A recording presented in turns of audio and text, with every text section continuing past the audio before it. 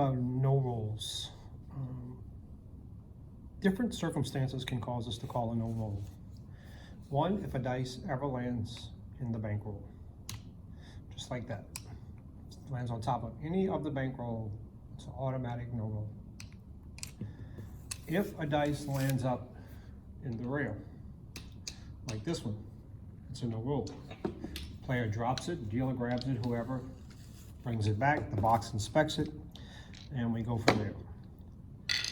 If the player shoots the dice, one goes off the table or both go off the table, it's a no roll. If one goes off the table, one goes in the rail, it's a no roll. Any combination of any of these type of events, it's a no roll.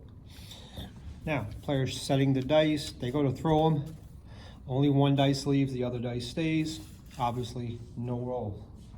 If they go to throw the dice and one falls out their hand and the dice does not tumble or go forward, it is a no roll. If a dice lands cocked on something, it is a roll. Anytime a dice lands, whatever side is facing up is the side that we call. Why? Because if I move these chips, that dice would have landed on 4, okay? The only time we don't call a die that's cocked is if we can get it to stay, if it's suspended like that. Because the dice is not touching the layout, it's equally touching both stacks. Hence the reason when you hear me say separate the odds from the pass line so that a dice can fit in between. So a suspended die is a no roll, a cocked die is a roll. So anytime a player hits the dice, so if the dice hit the player and fall back on the table, that's a roll. But if the player hits the dice, that is a no roll. Any type of shoulder movement, bumping of the dice, bumping of the table as the dice are about to land, no roll. Dice can hit the player, player cannot hit the dice. That's basically what it means.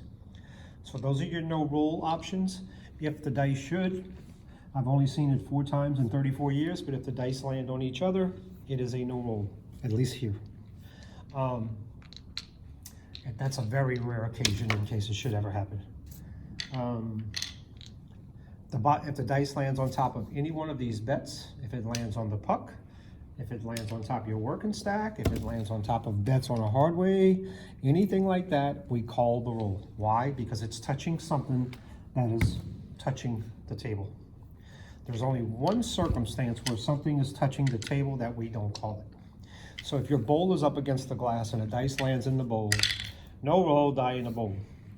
The only time is if the dice lands on the bowl like that. Yes, it's touching the bowl and the bowl is touching the table, but the bowl is part of our equipment. If it lands just on the bowl, it is still a no roll. And they may request that dice if they like, or we just dump it with all the other dice. And we give them 5 new dice and let them choose the ones that they want. So that's your no roll situations.